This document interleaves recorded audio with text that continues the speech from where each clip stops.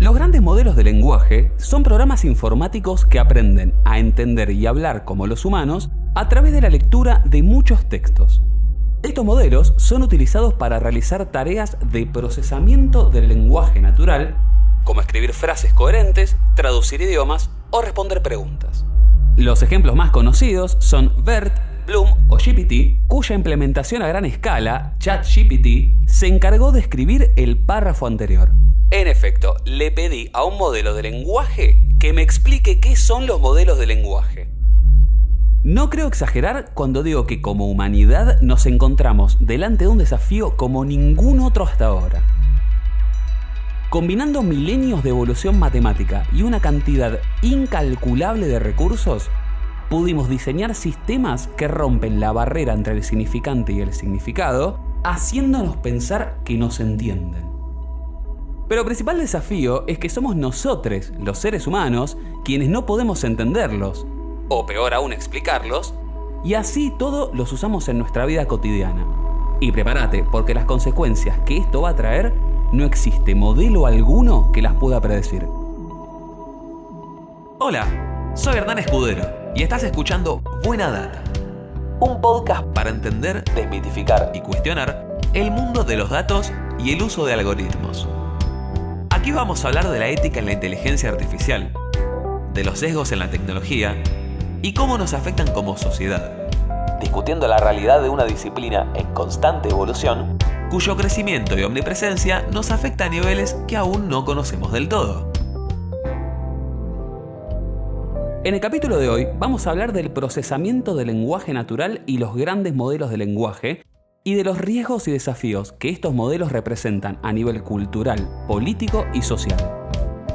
Así que sin más preámbulos, arranquemos con Buena Data.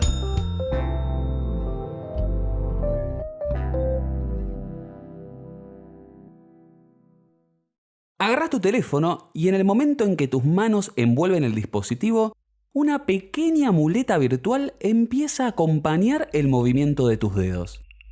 Está ahí, en el predictivo del teclado de tu teléfono, corrigiéndote las palabras que tipeaste mal o a veces las que tipeaste bien. También está en el Google Docs, donde a medida que voy escribiendo este mismo guión, me sugiere palabras y términos a utilizar a continuación. Podés encontrarlo además en el filtro de spam de tu casilla de correo electrónico y es el principal responsable de que el príncipe de Nigeria nunca haya podido recuperar su fortuna. El procesamiento del lenguaje natural, a partir de ahora NLP, es probablemente la rama más abarcativa, compleja, asombrosa y espeluznante de la ciencia de datos.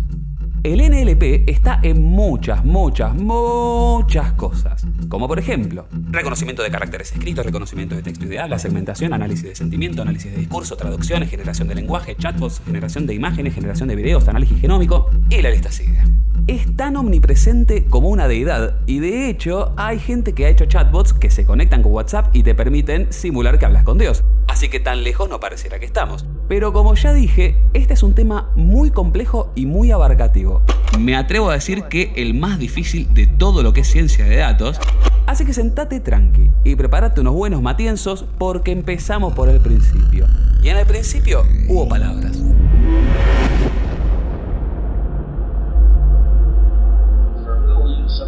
Por millones de años, la humanidad vivió como los animales. Pero algo pasó que desató el poder de nuestra imaginación. Aprendimos a hablar y aprendimos a escuchar. Hablar nos permitió comunicar ideas y trabajar juntos para crear lo imposible. Con la tecnología a nuestra disposición, las posibilidades son ilimitadas. Lo único que tenemos que hacer es asegurarnos de seguir hablando. Hace un siglo, alguien como Stephen Hawking, con la enfermedad degenerativa que lamentablemente tenía, habría muerto a los muy pocos años de vida. Pero por suerte estuvimos lejos de eso. Los avances de la ciencia le dieron 74 años en esta tierra y los de la tecnología le dieron una voz y movimiento robóticos, pero llenos de alma. El lenguaje es tan maravilloso como misterioso. Es algo que crea y moldea la realidad, que al ponerle nombres la hace concreta, le pone límites. Si la defino, la limito. Y es cierto, definir es limitar. Y una de las primeras definiciones de la realidad son las palabras. Vos ahora estás escuchándome hablar y la línea de ideas y sensaciones que yo tengo en mi cabeza de alguna forma te llega porque uso una serie de palabras y no otras en un determinado orden y también con una determinada cadencia tonal. Así es como cobra sentido la famosa frase del filósofo y lingüista Ludwig Wittgenstein: los límites de mi lenguaje son los límites de mi mundo. Ahora bien, el lenguaje no es únicamente las palabras, sino que tiene otros componentes. Gestualidades, miradas, inflexiones vocales son algunos de los elementos que a su vez le agregan una capa de complejidad más a lo que es la comprensión de un mensaje. Claro que sí, pero hay la verdad y la verdad. De hecho, el ejemplo más claro, y que es casi imposible de resolver para los modelos más típicos de NLP, es el tono del sarcasmo y la ironía, que es una expresión que los algoritmos les es re fácil interpretar, posta a posta, la entienden re fácil. Por cierto, estaba siendo sarcástico. Los sistemas de recomendación, como los que se usan en Spotify o Netflix, de los cuales hablé en el capítulo pasado, tampoco entienden de sarcasmo. Y es por esto que hay que tener mucho cuidado con el famoso consumo irónico. Porque compartir un perfil de un terraplanista facho porque te resulta gracioso o porque te gusta y querés que lo lea más gente, para el algoritmo es exactamente lo mismo. New messages have arrived. Mi nombre es Sofía Chechi, soy licenciada y profesora en Letras por la Universidad de Buenos Aires, con orientación en Lingüística Formal, y actualmente soy becaria doctoral del Consejo Nacional de Investigaciones Científicas y Técnicas, o sea, del CONICET. ¿Qué ingredientes tiene que haber para que exista, para que se dé la comunicación? Básicamente, emisor y destinatario o receptor, y entre ellos lo que se transmite es justamente un mensaje. ¿Cómo sabemos que lo pueden entender tanto el receptor como el emisor en el caso de que cambie de rol? Bueno, lo que rige es un conjunto de reglas que nos permiten comunicarnos a grandes rasgos. O sea, un código.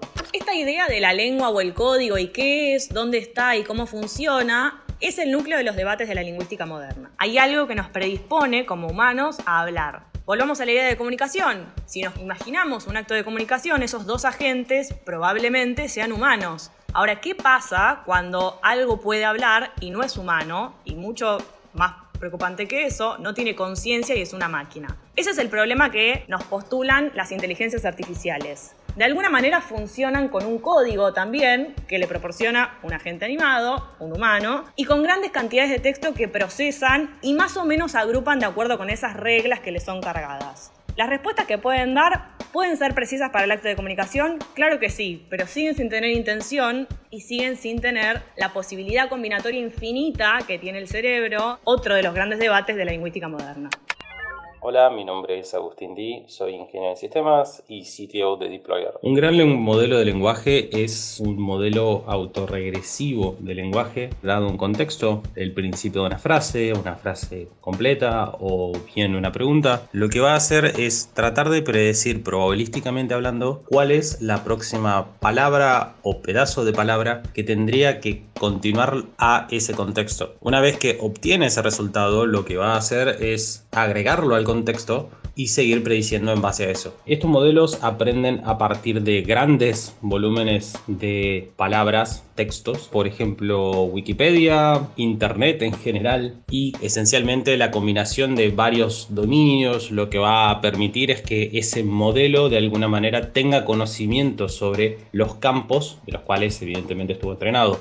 Cuando nos referimos a grandes modelos de lenguaje, no solo nos estamos refiriendo a un sistema autorregresivo, sino también a un algoritmo conocido como redes neuronales, que son un algoritmo basado en las neuronas naturales que tenemos vos y yo. En los últimos años se desarrolló una arquitectura, que es cómo se conectan cada neurona con la siguiente, llamada Transformer. Esta nueva arquitectura fue increíblemente revolucionaria porque permitía de alguna manera poder focalizarse en básicamente lo que es importante. Eso comenzó en el dominio de lo que hoy se conoce como el procesamiento del lenguaje natural, y que focalizarse en puntos importantes se ha traducido a, por ejemplo, el procesamiento de imágenes, al procesamiento de sonido, incluso hacia el folding de proteínas para el desarrollo de nuevas drogas.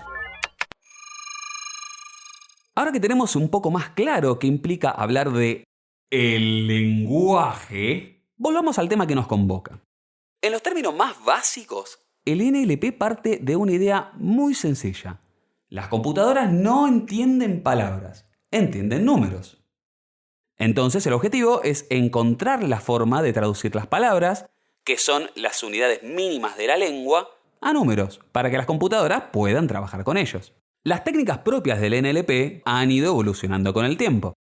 Desde las elementales bolsas de palabras, esto es ordenar un texto en forma de matriz y contar cuántas veces ocurre cada palabra, hasta los embeddings, representaciones de las palabras en espacios semánticos de múltiples dimensiones, el primer paso es el mismo que se repite como un eslogan no oficial del programa: traducir la realidad en datos. ¿Para qué? Para poder hacer algo con ello. Y si bien no hay nada especialmente nuevo en aplicar modelos estadísticos y matemáticos al análisis del texto y del lenguaje, lo que sí es nuevo es que a través del poder de la computación en la nube, una cantidad ridículamente alta de datos y un par de milenios de matemática en el medio, hicimos algo con ello. En 2018, Google anunció el lanzamiento de un modelo llamado BERT, cuyas siglas no vienen al caso, dando el primer paso en el nacimiento de una nueva era, la era de los grandes modelos de lenguaje, o LLM por su sigla en inglés de Large Language Models. Estos modelos son redes neuronales entrenadas sobre una cantidad de datos virtualmente inimaginable, cuyo resultado son palabras u oraciones que para nuestros ojos humanos parecen tener coherencia y representaciones semánticas apropiadas. Dicho en otras palabras, parece que entienden, parece que hablan y parece que lo que dicen tiene un significado. Y hasta acá todo más o menos tranquilo, era un desarrollo alucinante de Google y las grandes compañías de tecnología que siguieron sus pasos, con aplicaciones interesantes y prometedoras, pero nada nuevo bajo el sol. Hasta que en noviembre de 2022 pasó algo que cambió absolutamente todo. Algo que hizo, y esto no es un chiste, que tuviera que tirar el guión de este mismo capítulo, porque todo lo que había escrito pasó a quedar tan viejo como si estuviera hablando de una máquina de escribir. El 30 de noviembre de 2022, la empresa OpenAI, ahora propiedad de Microsoft, se convirtió en la partera de una nueva revolución industrial, trayendo al mundo una criatura única en su especie.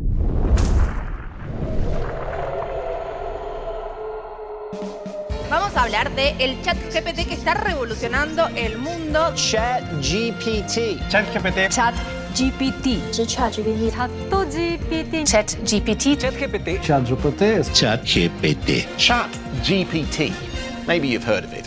If you haven't, then get ready. Si esto fue el fin del principio o el principio del fin, será materia de los historiadores de las décadas y los siglos que vendrán, pero lo que sí es cierto es que ChatGPT dio inicio formal a una nueva era de productos a escala masiva que tienen a la inteligencia artificial en el núcleo y no como un agregado simpático.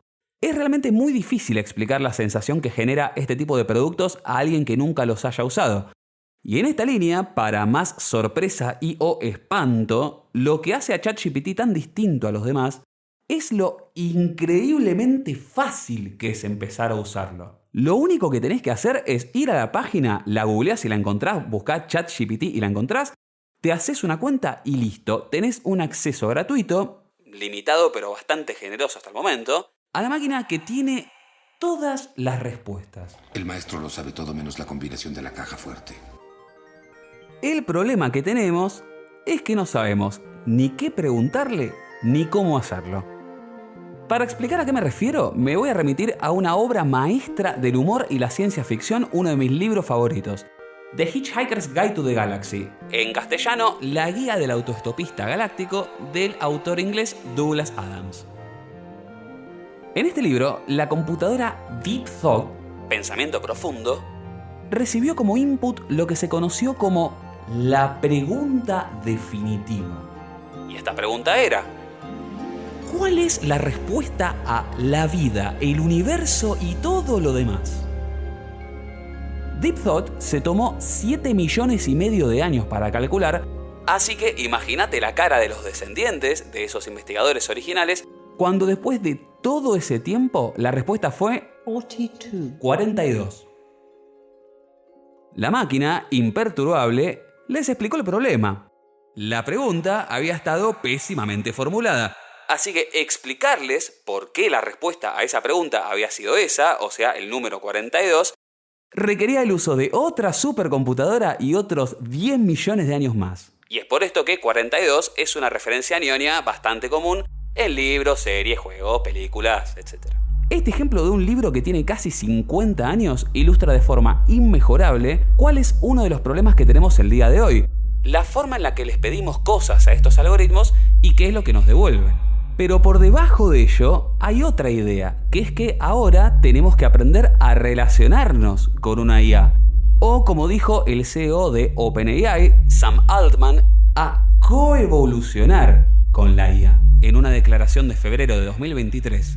El NLP está en el corazón mismo de estos desarrollos que pertenecen al campo de lo que hoy en día se conoce como IA generativa. Esto es, algoritmos capaces de hacer contenido muy parecido a lo que haría un ser humano. Y es exactamente a esto lo que me refería cuando en el capítulo pasado mencionaba el rol de los algoritmos en lo que es la creación de la cultura. Ahora no solo tenemos acceso a la distribución de arte y contenido mediante estos algoritmos, sino que además tenemos acceso a herramientas que de forma cada vez más sencilla crean texto, imágenes y hasta audio de forma artificial. Y obviamente hay un par de problemas bastante importantes con esto. Para empezar, solo las mentes más entrenadas en matemática de nuestra especie, de la humanidad, entienden de forma precisa exactamente cómo es que funcionan. Y aún así, por la propia naturaleza de estos modelos, es casi imposible entender por qué es que dicen lo que dicen, por qué es que arrojan el resultado que arrojan. Tiene la palabra el diputado ChatGPT. Este es un texto que fue escrito recién por un chat de inteligencia artificial GPT-3 y que contestó la pregunta de por qué los populismos en el mundo tienden a controlar los poderes judiciales de sus estados. Esto es el futuro, presidenta. Pero pareciera ser, presidenta, que el futuro a ustedes les tiene picado el boleto. Anda para allá, bobo. Anda para allá, bobo. Gracias, diputado, y recuerde suscribirse al newsletter de Buena Data para evitar confundirse. Estos modelos de IA generativa son lo que en la jerga se denomina no determinísticos. Siempre hay un componente aleatorio en su resultado. Siempre hay un elemento del azar interviniendo. En términos mucho más fáciles, si vos a ChatGPT, por ejemplo, le preguntás: "Che, ChatGPT, ¿me contás una historia sobre un carpincho que sabe programar?"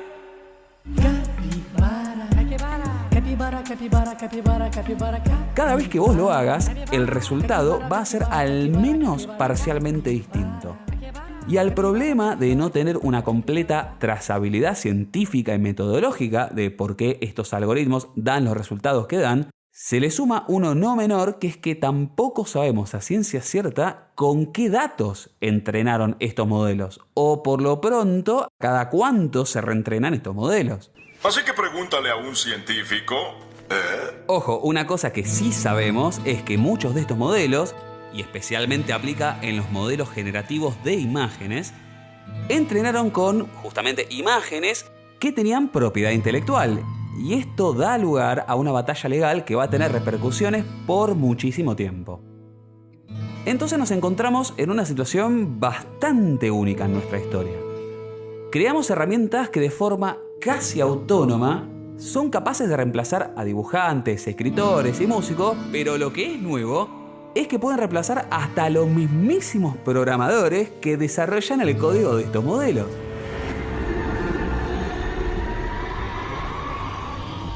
Ha nacido el uroboros algorítmico, una serpiente que devora su propia cola, que se crea y se autoconsume, que crea sonidos, imágenes y textos que se publican a lo largo y ancho de toda Internet y por lo tanto pasan a ser una parte inevitable de sí misma en futuros entrenamientos y reentrenamientos y reentrenamientos y reentrenamientos. Así hemos dado a luz una espiral interminable de creación y destrucción que trae y reproduce en el mundo un contenido sin forma, nada y todo a la vez. Y un punto importante es que por el mero volumen de datos y por el poder necesario para poder entrenarlos, para poder hacer algo con todos esos datos, hay solo un puñado de empresas que pueden diseñar y entrenar estos modelos completamente de cero. Lo que sí podemos hacer nosotros mortales es hacerle pequeños refinamientos, que en la jerga es lo que se conoce como fine-tuning, para poder ajustarlo a fines un poco más específicos. Entonces, resumiendo, no podemos controlar con qué se entrenan estos modelos. No podemos replicar los resultados de estos modelos. Ni tampoco podemos saber cuál es el costo real que tienen estos modelos, tanto en materia económica como en materia ambiental. Y lo peor de todo es que realmente no tenemos forma alguna de prever cuál va a ser el costo social de estas tecnologías. O sea, cuál va a ser el impacto concreto y real que van a tener en nuestra vida cotidiana. Para poner un ejemplo, cuando Justin Rosenstein inventó el botón de like en Facebook, el tipo no tenía manera de imaginarse que su desarrollo iba a hacer que la ansiedad y la psicosis colectiva se multiplicaran a niveles desconocidos y que se convirtieran en el estado por default de media humanidad. Pero tampoco tenía forma de saberlo. Y ese es exactamente el punto. Hay un interés muy grande en que se desarrollen estas tecnologías. Hay muchísima, pero muchísima plata en serio invertida en hacerlo. Pero la pregunta es, ¿para qué? We're making the world a better place through Paxos algorithms for consensus protocols. And we're making the world a better place through software-defined data centers for cloud computing. A better place. We're making the world a better place. We're making the world a better place. Better place. Better place. Better place. Better place. Better place. Better place. Yo me atrevo a decir que ninguna de estas tecnologías fue concebida para hacer del mundo un mejor lugar o con un propósito concreto en mente, salvo demostrar que se puede y empezar a sentar las bases para un mañana que sigue sin estar planificado en lo más mínimo. En palabras bien argentas, al futuro lo estamos atando con alambre. El ejemplo más crudo de esto que estoy diciendo es que Google salió corriendo de una forma desesperada a desarrollar una alternativa a ChatGPT. ¿Y por qué tanto interés? Porque Microsoft, que para algo compró OpenAI, está incorporando esa tecnología en Bing, el buscador que es el eterno cebollita detrás de Google, y esto representa una amenaza realmente muy seria al dominio y hegemonía total y absoluta en el mercado de los buscadores. Si querés un número concreto, podés de hecho googlearlo y vas a ver que Google tienen el 92% del mercado de los buscadores. Eso es mucha plata. Es decir, pusieron quinta a fondo en la carrera del desarrollo tecnológico únicamente para no perder una posición en el mercado. Entonces, una vez más, tenemos empresas que dicen pensar en el bienestar de la humanidad, pero no buscan satisfacer las necesidades de la sociedad, sino de un mercado que estas mismas empresas van inventando a medida que avanza y se disemina la tecnología que crean, y en buena medida la tecnología que se nos es impuesta. Por la degradación humana. Hace 30 años, nadie necesitaba internet, streaming, redes sociales o una vida digital entera, hasta que la nueva realidad que propulsaron los adelantos tecnológicos propios de nuestra era las hizo imprescindibles. De la misma manera, nadie necesitaba IA generativas, pero estas empresas se están encargando de hacerlas tan fáciles y tan accesibles para incorporarlas en la vida cotidiana que lentamente también están pasando a ser imprescindibles. Entonces tenemos por un lado a una sociedad que en medio de una post-pandemia, de una crisis absoluta del tejido social y de la puesta en duda de los consensos más elementales respecto de nuestro pasado, de nuestro presente y nuestro futuro, le tiran por la cabeza el salto tecnológico más grande desde la invención de Internet, tan grande que es realmente capaz de erosionar cada vez más la frontera entre la fantasía y lo real. Y por otro lado, tenemos a empresas que están entrando en un estado de frenesí para ver quién saca el algoritmo que más rompa la barrera entre la IA y la humanidad, y haciéndolos cada vez más ubicuos, más inescapables y más necesarios. Y están haciéndolo fingiendo demencia ante los problemas concretos y reales que están dejando a su paso. Y ojo, todo esto es sin entrar en las cuestiones más macro y geopolíticas, como las tensiones entre Occidente y Oriente, la crisis ambiental y energética, las guerras y un larguísimo etcétera. Buena data.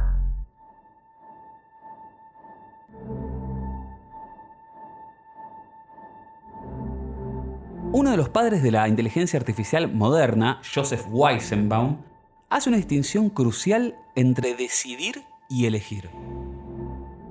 Mientras que la decisión es algo que puede ser programado, la elección es una capacidad que nos hace humanos. Es producto de la comprensión, del criterio, el juicio y la empatía, no del cálculo probabilístico.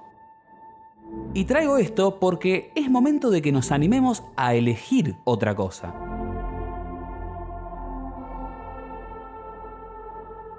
Porque no existe nada alrededor nuestro que sea natural, que sea así porque es así.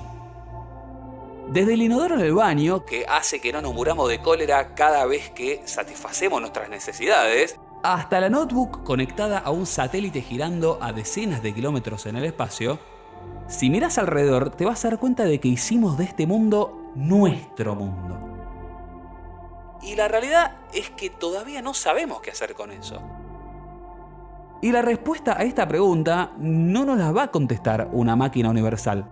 No la va a predecir un modelo, ni tampoco la va a generar ninguna inteligencia artificial.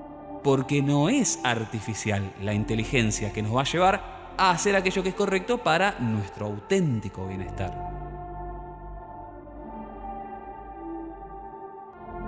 Este es el mundo que tenemos hoy en día. Hoy, en el 2023. Es un mundo que no imaginamos, no supusimos, no vimos venir, pero está acá. Y sin querer caer en la paranoia y en el alarmismo, la realidad es que si no tenés aunque sea un poquito de miedo es porque no estás prestando atención. Voy a confesar que no hubo nada en mi humilde carrera como comunicador que me haya desafiado tanto como este capítulo. Porque ¿cómo explicar que de repente hay un chatbot que es capaz de responderte todo lo que vos le pidas, pero que en realidad eso es un problema? ¿Cómo convencerte de que aunque Bing, por ejemplo, diga tener crisis existenciales y sentir pena, o que Lambda diga estar vivo y pida un abogado para que le garantice sus derechos, esos algoritmos y esas respuestas no son más que un reflejo de nuestra propia desesperación como especie? ¿Cómo te convenzo de eso si hasta yo mismo a veces dudo de lo que veo? Igual ojo, no todo es bronca y dolor. Estos grandes modelos de lenguaje, que la realidad es que a mí me siguen volando la cabeza incluso con el miedo que me generan, nos ayudan a modelar y a entender la realidad, y vaya que están haciendo avances en esta dirección. Pero el punto que tenemos que tener siempre presente es que estos desarrollos no pueden entender la realidad por sí solos, ni tampoco pueden comprender la totalidad de aquello que hace a la vida humana. Porque aunque a estos modelos de lenguaje les hayamos enseñado a hablar como nosotros, no hacen más que ser nuestro propio eco, nuestro propio reflejo. Podrán imitarnos, pero igualarnos, jamás, jamás, jamás, jamás, jamás, jamás, jamás, jamás, jamás,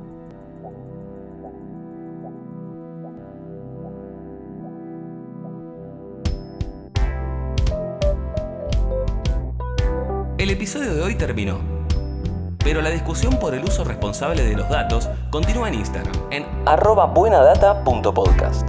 También me podés buscar en LinkedIn como Hernán Escudero, donde comparto y divulgo más información sobre la ciencia de datos.